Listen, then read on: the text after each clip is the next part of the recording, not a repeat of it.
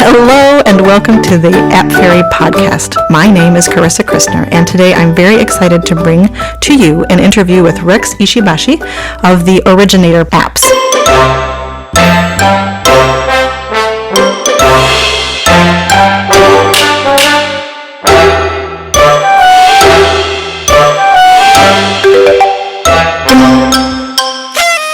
They are most well known for the Endless apps, the Endless Alphabet, Endless Reader, and they are great apps for teaching reading and vocabulary and math skills as well.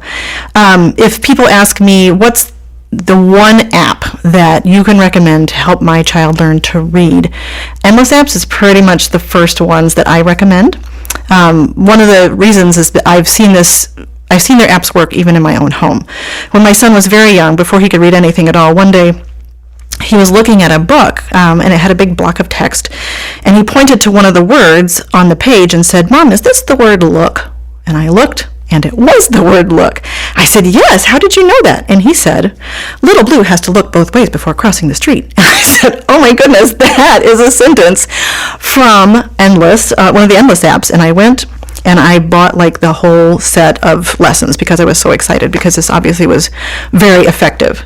I also love the way that the Endless apps are not afraid to use rare words and the big juicy words for vocabulary that really help kids to, get a handle on bigger words. And also I love that their apps, when they have the letters moving, you hear both the name of the letter and the sound that the letter makes. So I think those are all really awesome elements of the Endless apps. In addition, they're also really funny. I'm really excited to bring to you Rex Ishibashi. Thank you so much for coming on the show. Thank you. It's great being here. So let's start off with just some basics. Where are you guys located? We are located largely in the San Francisco Bay Area. We're a tight, small team of 5. 4 of us are in the Bay Area. One of us is actually down in Los Angeles. And by and large, we work virtually from our homes.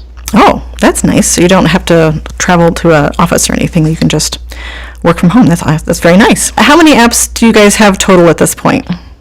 Well, as you pointed out in the intro, we have 7 primary apps that come under the Endless umbrella. Endless Alphabet, Endless Reader, Numbers, Wordplay, Spanish, and now the most recent, Endless Learning Academy, which is somewhat of an all-encompassing app that incorporates the 6 other Endless apps, plus a few new activities, including socio-emotional video lessons, and then as well a music activity that we introduced.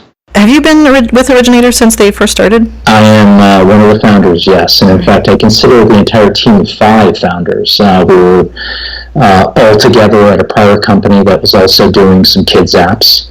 And we decided to venture out on our own and start the company together. Nice. You've got a lot of history then with everybody. It makes it maybe a little easier to communicate with each other? It sure does. And it makes the virtual workspace that I described before even possible. So there's a lot of trust and natural chemistry between us, and a willingness to go outside of our comfort zones at times to do things that we've never done before, which frankly makes the job fun and sometimes challenging as well, but certainly fun. Tell us a little bit about the artwork. We've been talking with app developers about how they make their art. Can you tell us a little bit about yours? Sure. All the art and the animations in the apps are digitally produced, so there's nothing that generally we sketch by hand. The Endless series is all done in 2D, and all of the artwork for those apps have been done in Illustrator or Flash. We're working on a new app, which I can talk a little bit about, but a new app for older kids. So we're building a math app actually for older kids between the ages of 6 and 9. And that app will be our first 3D app, and we're developing all the artwork for that app in Maya. Ooh, that's very exciting. Sure is. So in addition to the Endless apps, I think you also have in your collection a Mr. and Mrs. Potato Head set of apps? We do. That was done in concert with Hasbro, of course, who owns the license. and it isn't the center of our business. We don't do licensed work anymore, but we do have friends at Hasbro, and they like what we've done with a Mr. and Mrs. Potato Head characters, so we continue to maintain those apps for them. I will say that my son also really likes those Mr. Potato Head apps too. Yeah, they're fantastic. They crack him up. So on your small staff, do any of them have a history with education? I just think you've got some really solid educational philosophy behind them, so I was just curious to know if you've got someone on staff or if you consult with somebody, or how did that come about? Yeah, it's a great question, and we've been asked it many times, and I always stumble a bit when I answer it, but I'll be as honest as I always am. So we have no professional educators on staff. We're all educated ourselves, is my inside joke, I guess. So I guess that helps. I think the best way to describe Originator is, and specifically the Endless apps or the educational apps that we develop, I'd like to think of this as the smart babysitter who ends up coming over makes learning fun, and makes learning fun in ways that perhaps is difficult or impossible to do in a classroom, and through which a child learns, and sometimes learns more deeply than in a group classroom setting. So we don't have professional educators, to answer your question more directly. We do have our own philosophies about education and what works, and certainly what works in the digital environment. And through the course of 7 Endless apps, we've learned quite a bit through testing, through feedback from our users, sometimes feedback from educators themselves who are out there in the wild using our apps in classrooms. In the wild of the classrooms. Right. That actually brings me to my next question. How do you do app testing? We test all of our apps with kids. Generally speaking, we run any given app of ours through 2 to 4 rounds of testing. Each of those test groups are quite small, and this is some of our learning over time, but our test groups for any given session at any given point in app development is only 3 to 5 kids. So what we learned very early on was, yeah, it's nice to have feedback from 25 kids. It takes longer, is tiring, frankly. But most importantly, by the time you get through 3 to 5 kids, you pretty much have the headlines as to what's working in the app and what isn't. And of course, since we do multiple sessions, sometimes we'll have to go back to something that we thought we saw and thought we fixed in an earlier session, but is rearing its head again in a later session that, where we're testing other elements or components of the app.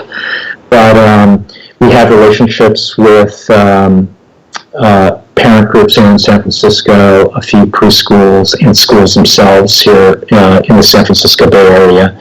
And they're very happy to have us come in for an hour or so and run testing with a few of their kids. It's also interesting, if I can add, that certainly by the time the kids are 3, 4, 5, they've started to understand, or begin to understand more about media. And the parents and the teachers are frankly over the moon thrilled that their kids can get involved and understand what we're trying to accomplish through the testing, which we thoroughly explain the best we can to very young kids, that they're helping us make the apps better. And I bet that makes them feel like really important. It sure does. Yeah. It sure does. Yeah. And so you take devices into the preschools or into the parent groups, and you test them in person, though. You're not like remotely testing. No, we test in person. I mean, I think we glean far more from expressions than we do actual words or a parent's interpretation of what their child is thinking or feeling.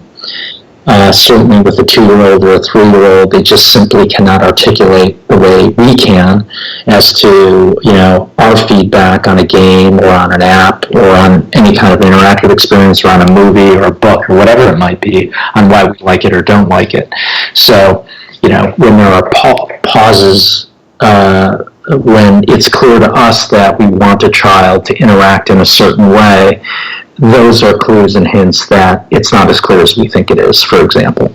I just recently realized that none of the monsters in your apps actually speak. They are so expressive on screen, and they're so silly and there's so many other words in your apps, right? I mean, you use words all the time. There's a narrator over, but I just never thought about the fact that the monsters themselves don't actually speak. So, can you talk a little bit about why you chose to design speechless monsters in an app about language, and has that presented challenges?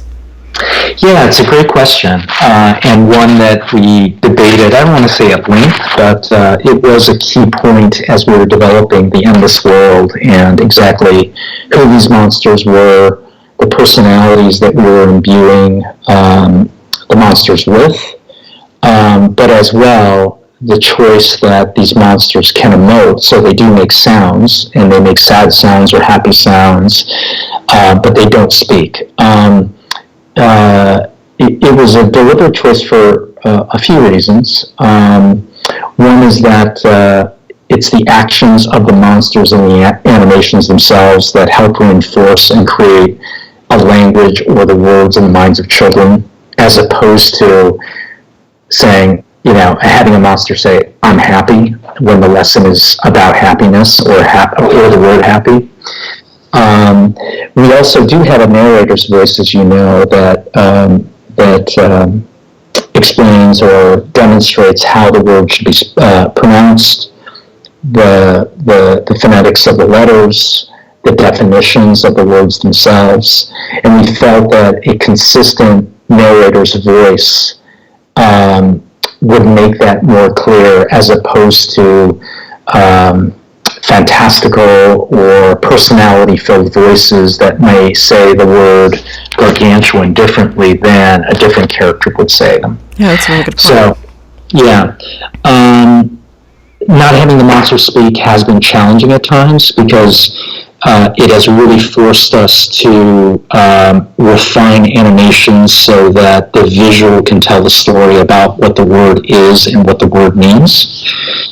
But again, that's a level of rigor and detail that we're happy to tackle, and it's worked well for us. Eventually, we did succumb, if you will, because this was such a topic with every app that we're developing, whether we could have the characters emote more and actually say things, even something as simple as hi or bye, right?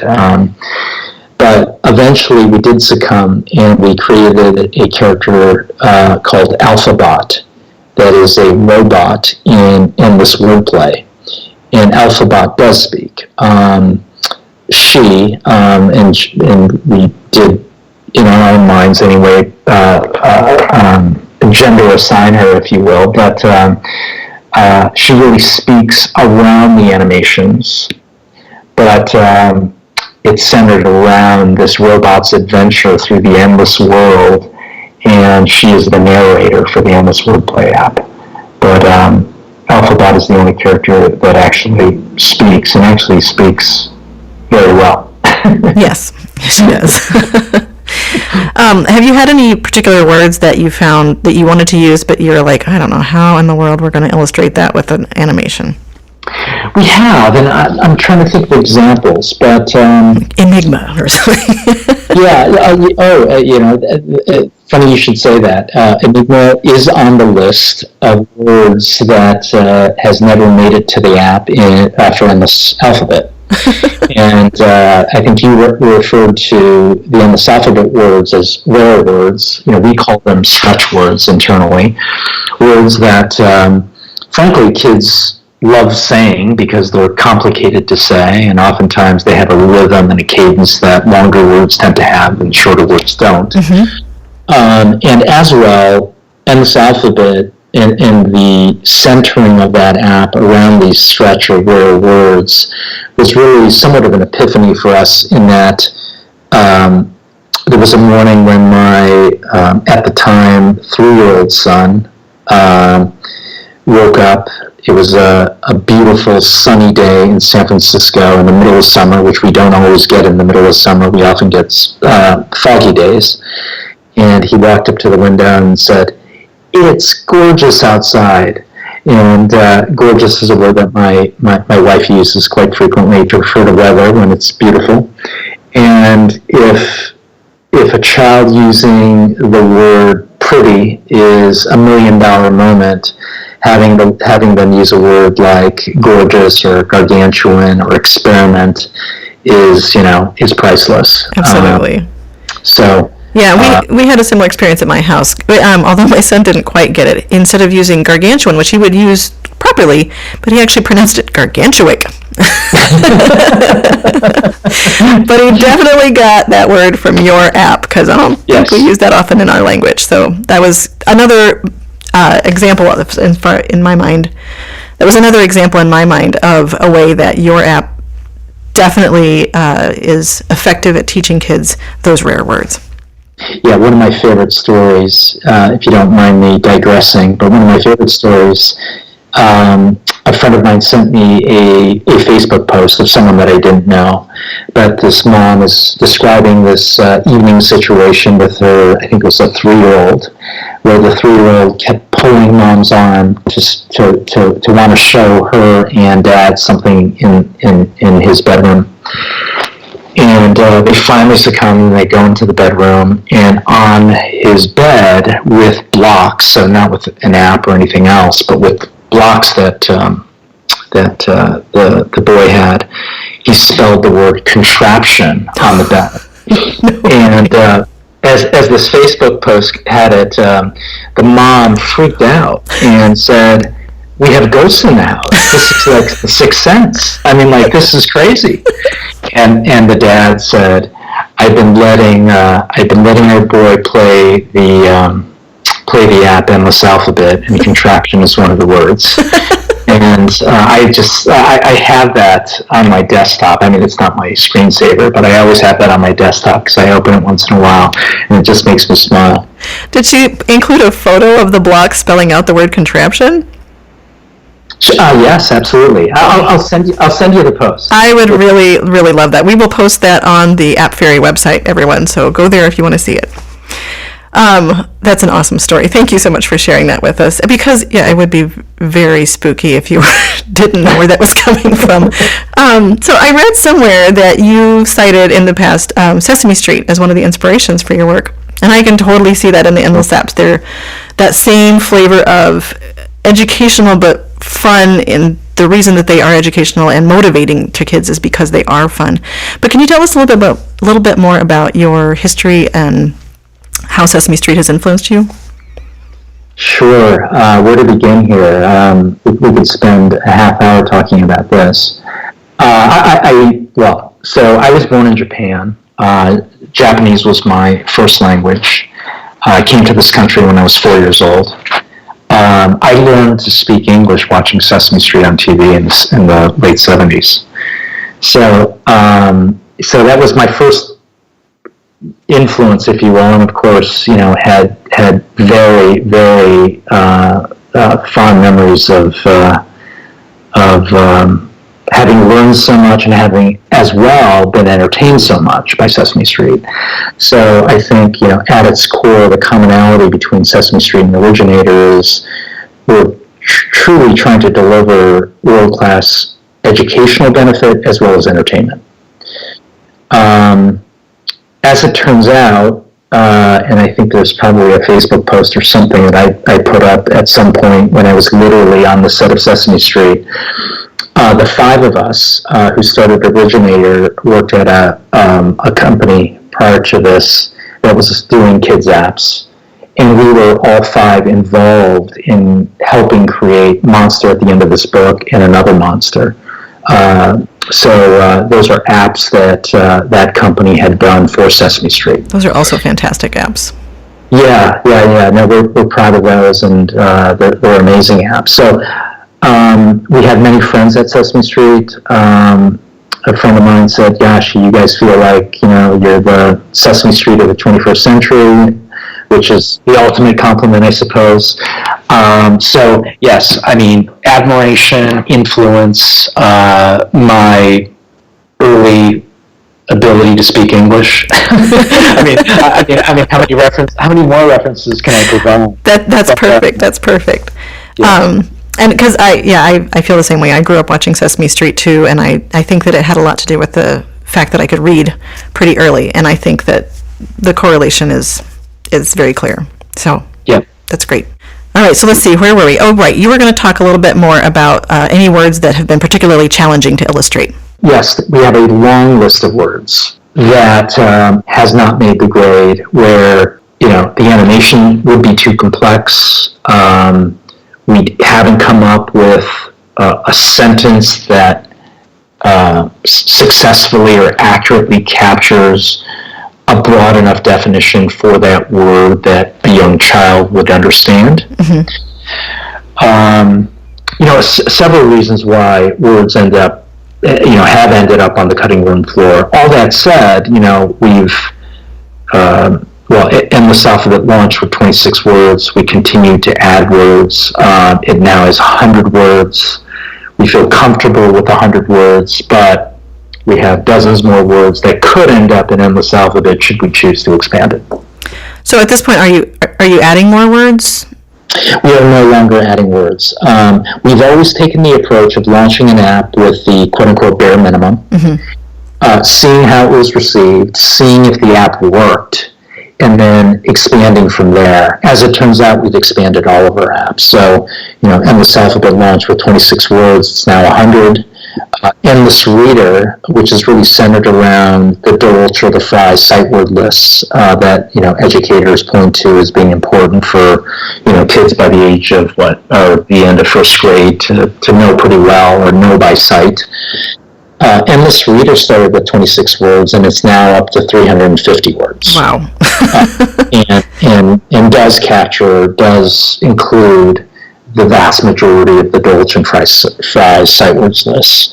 Endless Wordplay started off with 90 words and 30 lessons or waypoints on the map that you could play, and now has 270 words and 90 waypoints that you can play. Numbers started off with 25 numbers and is now 100 numbers. Spanish, 26 words, 27 words, something like that. 27 words because of the additional letter in the Spanish language, and it now goes up to 100 words total. Wow. So at this point, though, you're not adding new words to any of those apps. Is that right? We're not. Okay. I wasn't sure. They just kept growing and growing. Yes. No, we all feel that those apps are complete. We also gauge it based on feedback from educators as well as parents. With Endless Reader, we're getting a lot of feedback from educators saying, "This is a fantastic sight words app, but you only cover 26 sight words. Where's the rest?" Mm-hmm. And so we said, we really do have to complete this app. And Endless Alphabet is another example where we're just constantly getting feedback from parents. More words, please. And we would trickle them out. Now that we're at 100 words, we have, far fewer of those notes coming in asking for more words than endless numbers. That's a good way to gauge it. Can you talk a little bit, too, about your subscription model that you've got for Endless Learning Academy? Sure. The subscription model is something that we always had in the back of our minds, even when we were developing something like Endless Alphabet, which was our first app. But we knew that a subscription model really had to have a large amount of content. And so we said, I think we have enough content. We know the apps are being used frequently and often. Let's bundle all this content plus the academy lessons, the video lessons, into a single app, and let's try this out. And so we launched it December of 2015, so it's over a year old now. We learned a lot in terms of pricing and how to present the subscription offer, etc. What we realized is, one size doesn't fit all with respect to how families want to consume media and what their budgets allow. And, one family may be very attuned to a subscription model, another family may not be. So we've eliminated the plan or stopped thinking about pulling the other apps, seeing that Endless Learning Academy wasn't necessarily the end-all substitute for all the apps, the standalone apps that came before. So we plan on keeping all the apps available in the store. They all do very well in their own right. And, the best analogy I could use is some families want to rent a movie and have it streamed to them. Some want to own it. So that's a really good analogy. And I for one, am really thankful that you are going to keep both, because I can see definitely an argument for both sides, and I like to be able to present that to parents at the library when I talk to them about the endless apps. Absolutely. Thank you. So one of the questions I'm asking all of the different people that I'm interviewing on this show is about this concept called joint media engagement that librarians and researchers have found to be a really effective way for families to incorporate apps into their family life. Are there any features of your apps that you think specifically encourage this joint media engagement? Is this something that you thought about in the past? We've been talking about joint media engagement prior to Endless Alphabet. So this is something very near and dear to us. First and foremost, all five of us, as I mentioned before, are parents of young children. So, we're thinking about how these apps can be delightful and enjoyed by a parent sitting next to a child. One of the features that we built in from the very beginning was multi-touch. So what we were noticing in part was a child's desire to pick up more than one letter at a time or one word at a time. But what we quickly realized is it was a great way in joint media engagement, especially with very young children, for a child to, slot the word Z for zebra into the puzzle. And because they're more challenged, and the letters and the words aren't as top of mind as they are for us as adults, mom and child would take turns, and oftentimes the child would be grabbing the next letter before mom had finished slotting the E in zebra in. Mm-hmm. And so you can, I forget what the technical limitation is, but I think you can pick up up to 4 or 5 letters at a time. Wow. And that was a very deliberate choice to promote joint media engagement. And as well, not just parent and child, but oftentimes we'd see children together completing these puzzles. And of course, there's a flurry of fingers hitting the screen trying to complete this puzzle as quickly as possible. And we made that possible through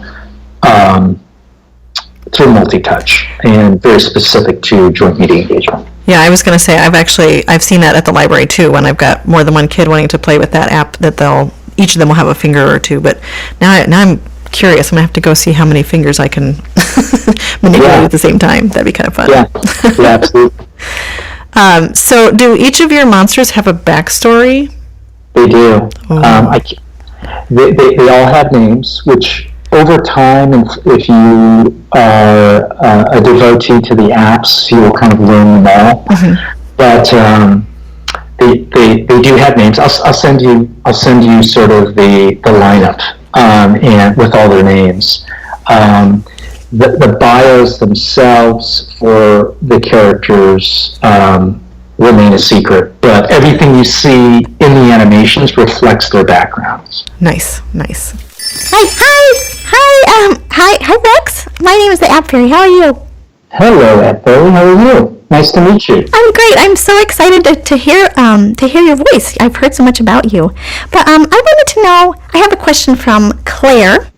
And she actually has a very sophisticated question for a little girl. She wanted to know why you don't use letter blends, although I think the way she said it was, why is it that when you have a T and an H in like the word the, it doesn't say th, it says t and h. So she wanted to know why you don't use that.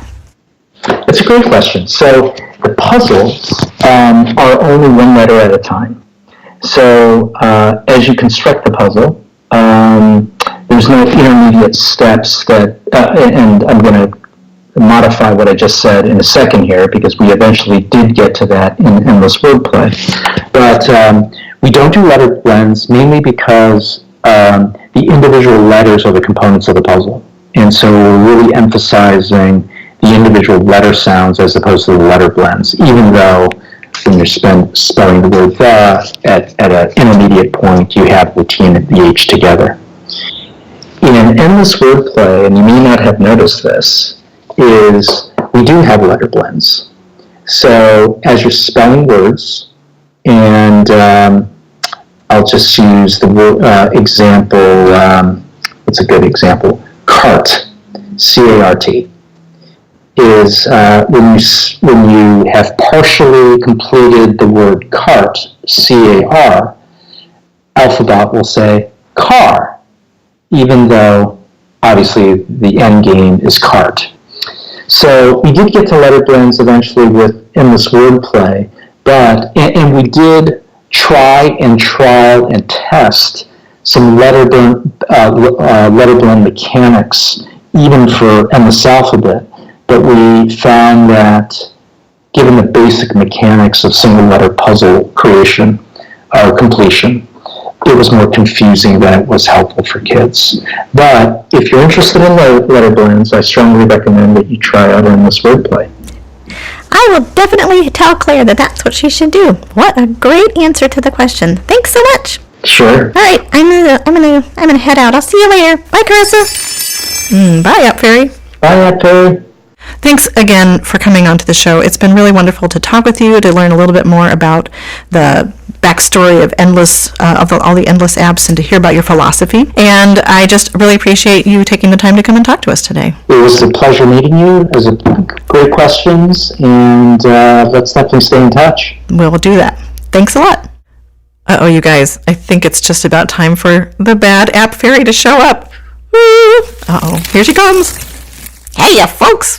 It's the Bad App Fairy here, and I'm here to tell you about the best way to find really bad apps.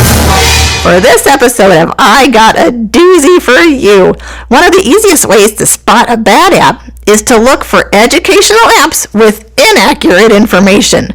My personal favorite example was an app that was all about teaching shapes, but it called one of the shapes a ROM, not a rhombus or a rhomboid or a diamond, just a ROM.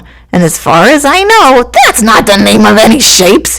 What a great way to mislead children as they're supposed to be learning. So sneakily close to being right, but absolutely wrong. This type of bad app doesn't really happen all that often, so you gotta keep an eye out for these hidden gems in the bad app world. Of course, you could ruin the badness by trying to contact the app maker and notifying them of the error, but what fun would that be? I say, let's teach kids wrong information. I'm out of here till the next episode. Bye-bye! Oh, bye, Bad App Fairy. Don't listen to her, guys. The App Fairy podcast is a production of the Madison Public Library and is sponsored by the Heising Simons Foundation and the Joan Ganz Cooney Center, a nonprofit research and innovation lab dedicated to advancing children's learning in the digital age. Visit cooneycenter.org for more information about the work they do. That's Cooney, spelled C-O-O-N-E-Y. If you'd like more information about this podcast, check out our website at www.appfairy.org, where we'll post lots of goodies online for you to enjoy. A big thanks to Audrey Martinovich, our audio engineer, David Seste, who created our theme music, and Hannah Sandvold, who designed our fantastic artwork and brought the App Fairy to life. My name is Carissa Christner. Thanks for listening.